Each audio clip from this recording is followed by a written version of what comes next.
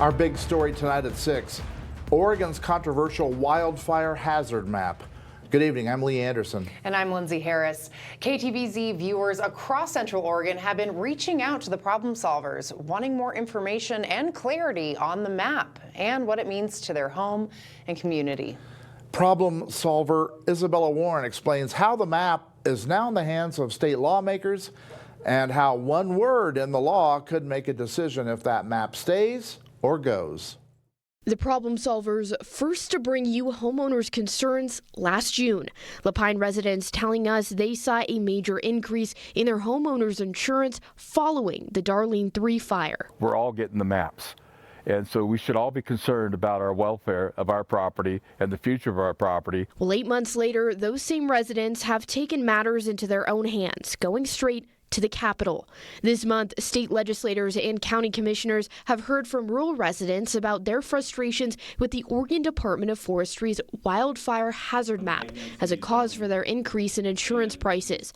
The map has been at the center of controversy since its initial creation in 2020, with many questioning its accuracy.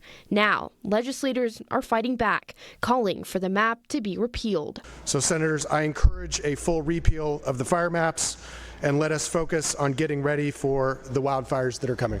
But the Department of Forestry tells the problem solvers much of residents' frustrations comes from the confusion between the words hazard and risk. The department identifies the word hazard as the conditions that could cause a wildfire, like weather or topography, versus risk, meaning the likelihood of a wildfire happening and its potential damages. This map designates wildfire hazard, not risk. Risk would include many property level specific factors that would indicate that there's a risk to that property. By law, the state hazard map is based on only 4 factors: weather, climate, topography, and vegetation, meaning how property owners take care of their spaces does not affect the map. Senate Bill 80 in 2023 changed the name of the map from a hazard map, or from a risk map, to a hazard map.